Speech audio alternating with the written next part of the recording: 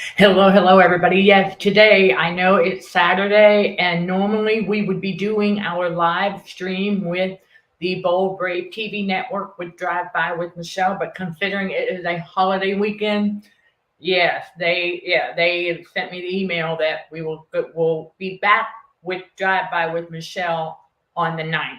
Okay, so in its place today, we are doing a Let's Just Chat show at the 3 p.m. slot for those who have gotten accustomed to us being up here every Saturday at 3 p.m. We want to keep that going for you all. I got something. Yes, we are going to talk about how to tell the difference between a true chosen one and a narc imposter.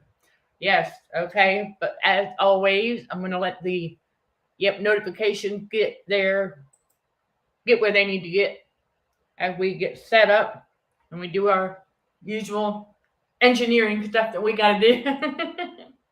I appreciate y'all understanding that too, because like I said, it's just the Godhead and I, right? Over here. Yep. So we like to make sure everything is, we're not seeking perfection, y'all. That's a sign of narcissism. Don't forget that. We're not seeking. And that's one of the things that from the case study, from the Jezebel case study that I picked up on, is that she was seeking perfection in a lot of ways. And so there's one way that you can tell the difference between a true chosen one, because we don't do that. No, we don't do that. If we have a blooper in the video and it's alive, we leave it. Okay? We're not up here trying to be perfect. That's what the Matrix wants. The narcissistic Matrix, they want perfection. We're like, it is what it is. And there's always room for improvement. So, yeah, and we understand that, guess what? God made us in his perfect image. He made us exactly how he intended to make us. The way that you look is exactly how God designed for you to look. And it's beautiful because it's in God's image. Never forget that. I am Michelle Dickey, your host for CHA Let's Just Chat show, streaming on the YouTube channel Narcissism and Cognitive Dissonance, and Facebook at Consulting for Heightened Awareness. Yes, we have decided to just stream to those two right now and see where it goes from there, because it appears on this Wi-Fi, it appears as though when I stream to more than two, it's a bit more funky. So it's still part of the experimentation. I appreciate y'all for understanding and everything else, but we're going to dive into some key. Got them written down here because these are things that stood out in the case study. I know I saw that. Okay, you all. And that the Wi-Fi, when it blinks in and out like that, it's out of our control. Nothing I can do about it. It's not. It's the Wi-Fi that came with the apartment. It is what it is.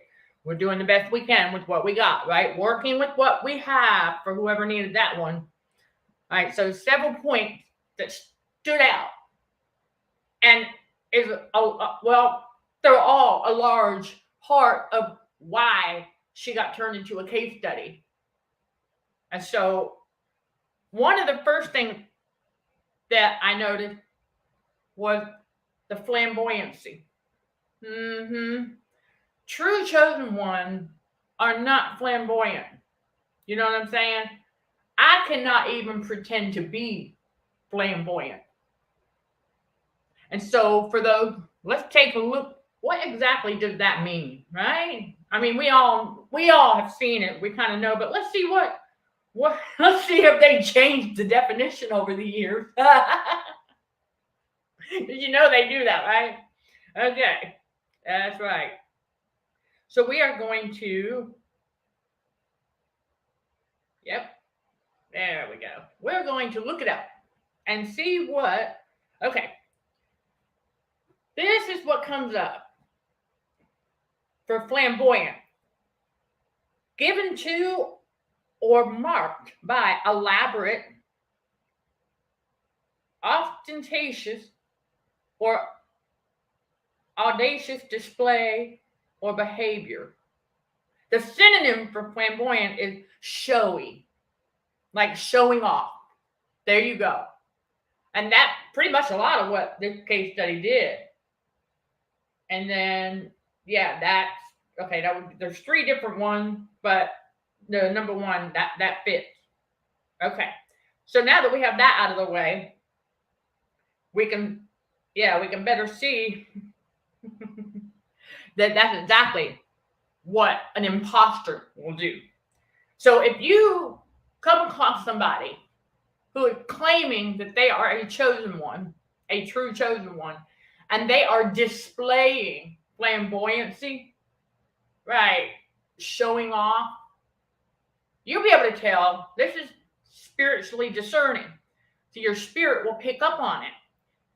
And it's also going to have a bragging component to it. Remember, God said, we're not to boast, meaning brag. Okay, we're not to be boastful.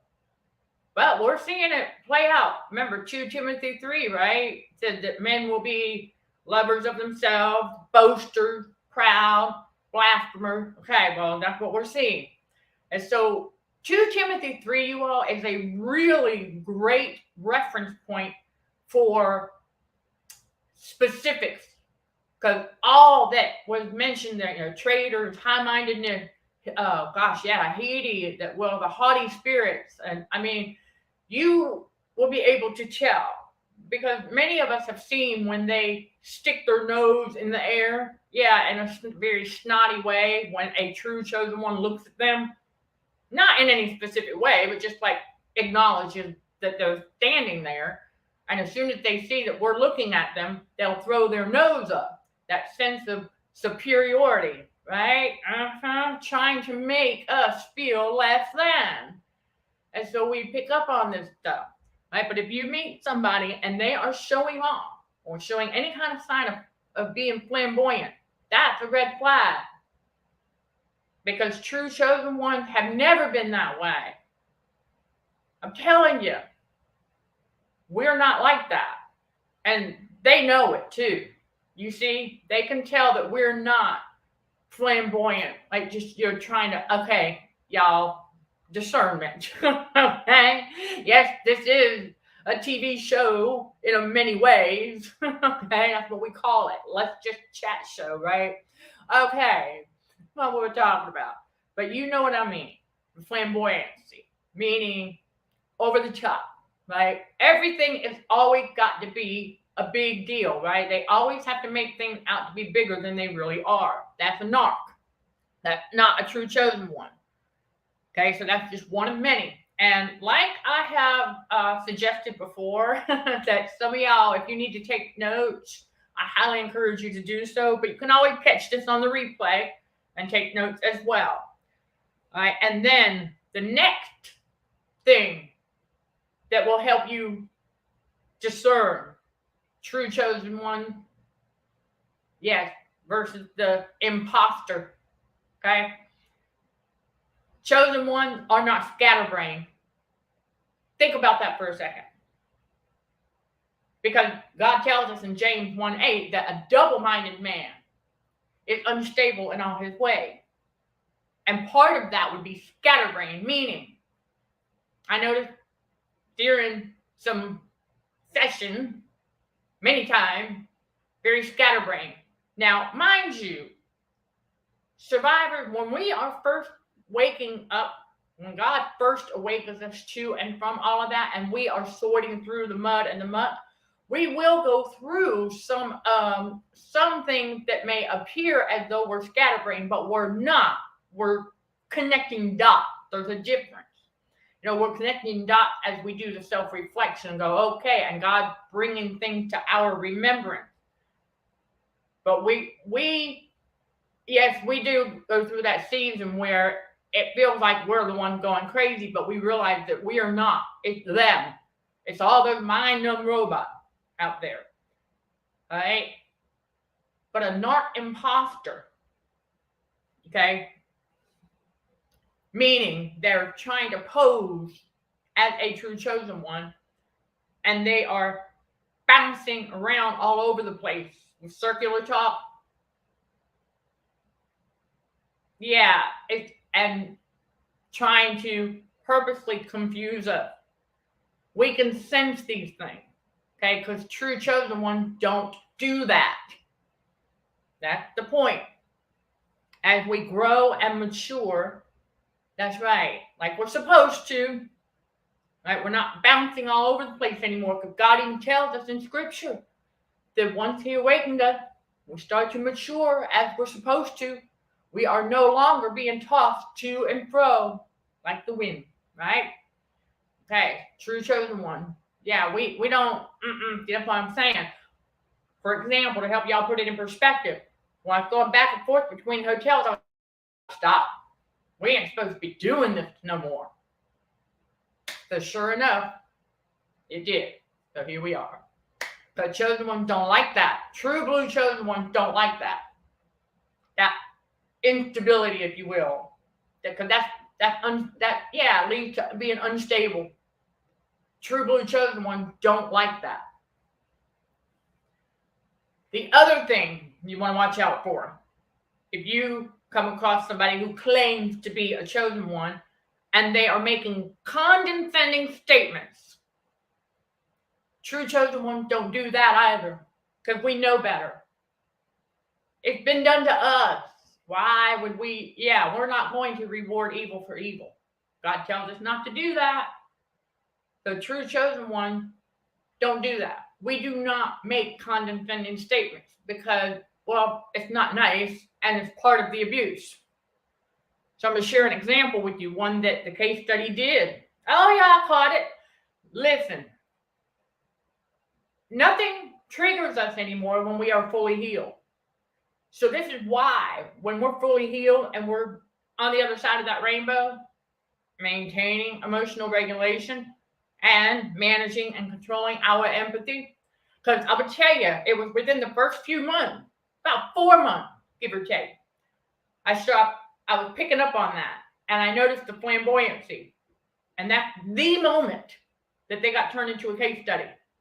Just so you know, that is the moment. I said, okay, we'll watch it now. And so my spirit was picking up on more stuff. And so when they said, making a comparison, see, when I encourage y'all for your encouragement, motivation, inspiration, when I tell y'all part of that to help you, if you want to see how God works, how God hastens things on His time, you can check out some of our older videos from 2021 and then come back to the newer ones, and you will see what we're talking about when God hastens us. So that's right. And so what they did was a love bomb, of course, because condescending statements are devows. Okay, those are devows. And so this is what the judge said about some of my older videos. It sounded like I had a potato in my mouth. Completely false. We know better. Okay, that's right. We know better.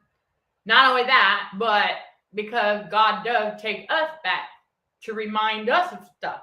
Seriously, you all, there are those times where God will remind me as I'm coming up with topics and things to discuss, that God will have me go visit one of my older videos to refresh my memory on something that I'm currently working on. God does that to bring it back to my remembrance. So I'm listening to myself, right? There's nothing wrong with any of them. I know that. But that's that condescending statement. And it was a devow. So yes, that is a imposter. Okay, that Jezebel who believed that she's a chosen one, she's not. Here's another way you'll be able to tell a real true blue chosen one from an imposter. Like claiming not to be competitive, yet their actions speak otherwise. And that goes in line with the plain ship. Remember, the narcissists are always the ones who have to outdo, right? Because we know what she was trying to do by spiking the drink and dragging me down a carpeted step. She was trying to one-up the ex-psycho roommate. Okay, she was in competition with not only us in the ministry, but she was in competition with the ex-psycho roommate. That's how sick these evildoers are. Pure evil. That's how sick and twisted they are. Because they have that demon of jealousy, insecurity. Well, we know the Jezebel, they got the whole enchilada. But that's how sick they are. Okay, you all, just to give you that. And so they were playing the one-upmanship. There's another way that case study did it too. There was another, let's say there was a tent that I was trying to figure out how to put up for an outdoor flea market event. And so there was someone in that environment who was trying to make it more complicated than it really was. So I let the case study know. That case study jumped into gear, playing one-upmanship, and admitted that basically wanted to prove that other person wrong. That's playing one-upmanship. Oh, we're taking notes. Absolutely, y'all. So that's another way, because true chosen ones, we don't play that game. Hello, fellow warrior. Yeah, we don't play that game. And we don't have the spirit of competition like that, because we know it's only us versus us. And that competition is an illusion out there on the world stage, right? Yeah, that's part of that discernment. So another way that you will be able to tell a true chosen one from an imposter is over-the-top stories. Yes, over-the-top story. You let your spiritual ears be your guide, okay? Yep. And you got to remember something about narcissists. They study their target for some time before approaching them. So we have to keep in mind that that case study had been at least 7 months or more studying me and the ministry in an effort to see if they could, that's right, steal, kill, and destroy. God said, no. Okay, you all, so over the top story. And there will be some sort of fairy tale component to it. For example, future faking is a big way they do this. Using that future faking. And so that case study was saying they're going to buy me a house. And just over the top. Okay, over the top. And I knew what was up. I was like, yeah, right. Okay, no, not going to happen. Because, God already took care of that. But yeah, very, very giddy and childlike as they were doing it. This is the thing that we start to pay attention to. And we learn how to, that's right, just act the fool to let the fool think they're fooling up. That's it. But over the top story with future faking. Just know, your spirit will pick up on it. Because the moment all of that started coming out of her mouth about buying me a house and that this and that and the other and blah, blah, blah. And at that time, I started to realize something else. That, she's trying to mock God, of course, but be not deceived, God is not mocked. And so, all love bombs and future fakes. And I'm just sitting there going, keep it coming. I'm taking notes, keep it coming. Yeah, okay, so just be on the lookout for that, because true chosen ones do not do that. In other words, we don't go around making up, we don't do that. We're not going to future fake, because we know that, well, we co-create our reality and God's reality. And we also know that Jesus told us not to worry about tomorrow, for there's enough evil to deal with in one day, right? So we live in the present. We don't future fake like that. True chosen ones do not do that with love bomb and future faking. Now, and then there's that subtle bragging. I've got an example for you. This is another way, because true chosen ones do not do this. Claims to not really care that much about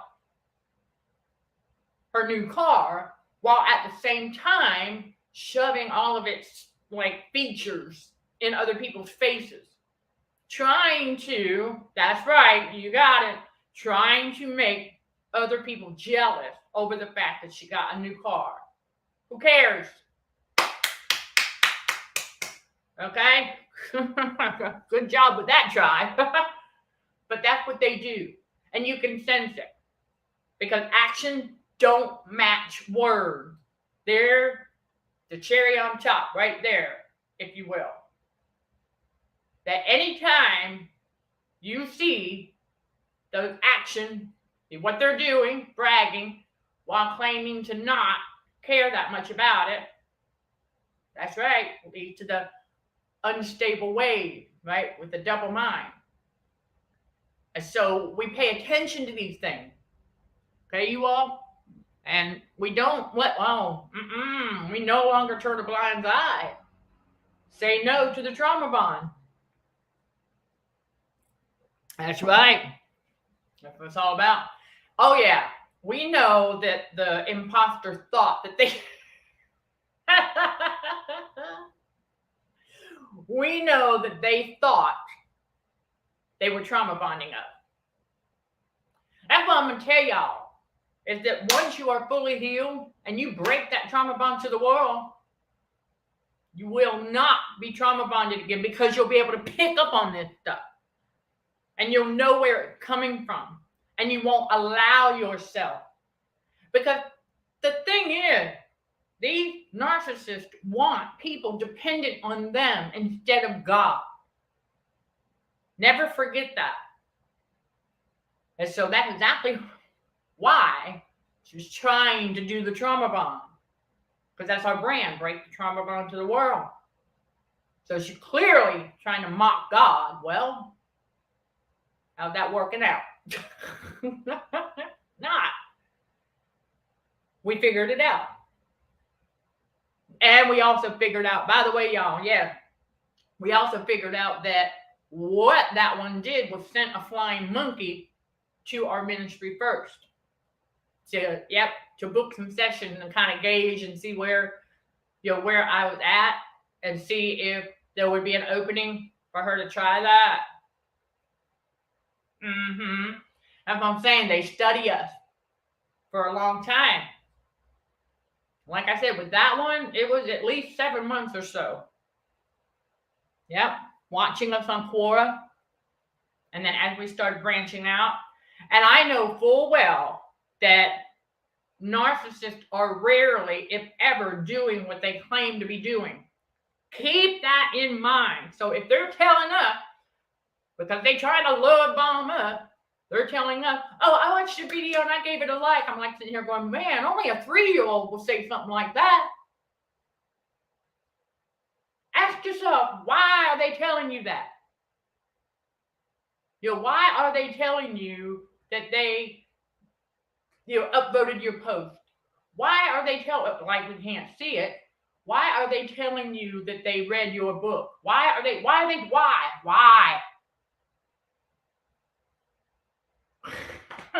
Only toddlers do that. But see, we know that narcissists are toddlers in adult bodies. So there you go, right there. If you pick up on the point that I laid out for you throughout this video about how to tell the difference between a true chosen one and an imposter. Also make note that if you notice in a grown adult, if you notice a bunch of toddler-like behaviors like that, that's a pretty good indicator that that's not a true chosen one. True chosen ones, we let the Godhead make those changes from within. I'm going to tell y'all something too, that true chosen ones, even before God awakened us to and from all that abuse, we had already started putting away a lot of those childish things. It's just God was doing it for us. We just knew that we were outgrowing things as we're supposed to, putting away of childish things, not behaving as such.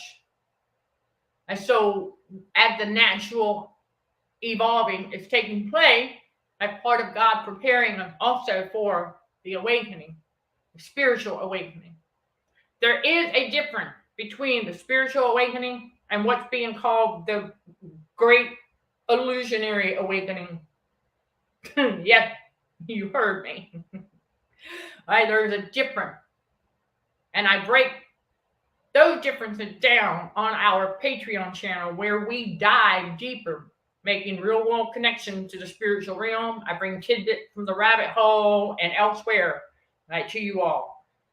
Because we walked away from the matrix in spirit. Spiritual warriors for Christ. We were done with the game of narcissism all the way around. Oh, we see it. But see, that's the other thing we learn is that because narcissists always mean the opposite of what they say. So this is a big reason why, y'all, when I close a case study, it takes me a little bit to connect dots and write things down and bring these things to you all. Because there's a lot of things that I have to reverse. Like whenever that one was telling me that they don't have a jealous bone in their body, okay, I had to reverse that. That means, okay, yes, you do. Okay. And then also telling me that they didn't like a certain person. Okay, I have to reverse that. Okay. And things like that. So it takes a little while because I have to, while connecting dots, I basically have to flip it. Know how God turned things back around into the upright position, right? And when he awakened us to and from all that, okay, same concept applies to things that were said. I have to flip those. And then I can take these notes and bring them to you all to help you all. Yeah, we are, listen, we are the Godhead little helpers. We are the messenger. So we're helping God and Jesus help you all with that discernment so that you don't continue to get deceived over and over and over again, because we don't want to do that. And so there you go, everybody. That's your tidbits for this particular area, to know the difference between a true chosen one and an imposter, including the Jezebel who claimed to be a chosen one. And I will share with you all this, definitely dished out that verbal abuse left and right. Absolutely. Yes, she did. And I could sense her irritation because it was not triggering me. No. So what I'm saying, y'all, when you get to that level where nothing, and I mean nothing, triggers you, it doesn't mean the enemy's not going to try. Of course he's going to try because it used to work in the past. So of course, but no weapon formed against thee shall prosper. And that's a big part of what God's talking about right there, is that nothing will trigger you anymore. Because when you get to that point, oh yeah, they don't know how to act.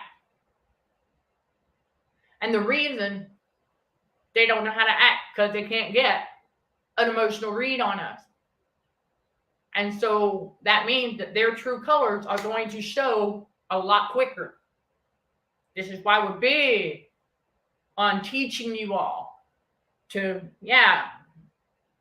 get control of and manage that empathy. Okay, everybody. And I know that usually our drive-by will be going on for about an hour. But as usual, I try to keep, I want to try to keep these just chat show, around 30 minutes or so, unless you all have some questions and I go over there in the chat or I see y'all interacting with one another and myself. Depends on a lot of things. Okay, but I am going to wrap this one up for today and let you all know that we are still going forward with our CHA Saturday Bible study. Okay, that's right. So if you want to come on back, that's right, to the YouTube channel, Narcissism and Cognitive Dissonance, and or you're over there on our Facebook business page, Consulting for Heightened Awareness. Right, and you can catch it around 4:30 p.m. Eastern Time. I'll give y'all a heads up because we started that a couple weeks ago. All right, and I know that some of y'all may not have gotten the memo yet. So I'm bringing it here to remind everybody that on Saturdays after our BBTV show, around 4:30 p.m., we are doing CHA Saturday Bible study. And I know I had several of you that were interested in that. So there you go. We finally were able to bring it to you. And yes, we're going to have some messages. We're going to chat. Yes, and get questions answered. And if you all have a particular verse that you are wanting a little bit more of a deeper, I guess you could say a deeper analysis of, bring it. That's great. Teamwork. Iron sharpening iron. All right, everybody? I am Michelle Dickey, your host for the Let's Just Chat show, streaming on the YouTube channel, Narcissism and Cognitive Dissonance, and Facebook at Consulting for Heightened Awareness. Sending love and light to all fellow warriors. Thank you for watching, listening, and for your support. Until next time, let's show some gratitude to the Heavenly Father, and you keep being you. In Jesus' name, amen.